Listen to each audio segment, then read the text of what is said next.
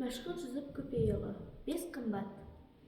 Ең әуел керек нәрсе иман деген, ақырет істеріне инан деген. Құдай кешірер дегенмен іс бітпейді, иман шартын білмесе есен деген. Екінші керек нәрсе ғақыл деген, ғақылсызда таупық жағы тақыр деген.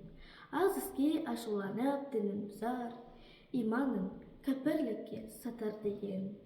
Үшінші қымбат нәрсе сабыр деген, сабырлысы мұратын табар деген. Әр істе сабырсыздың тәубе зорлық, сабырсыздық басқа бәле салар деген. Төртінші қымбат нәрсе шүкір деген, нығметке шүкірсіздік күпір деген. Жатқан жерден Құдай кешір деген қорлық, себебі іздеп тура жолмен жүгір деген. Бесінші қымбат нәрсе әдеп деген, әдепсізде иман тұру ғажап деген. Кәпірлік әдептіде тұрмағандай, әдеп деген махаббатқа себеп деген.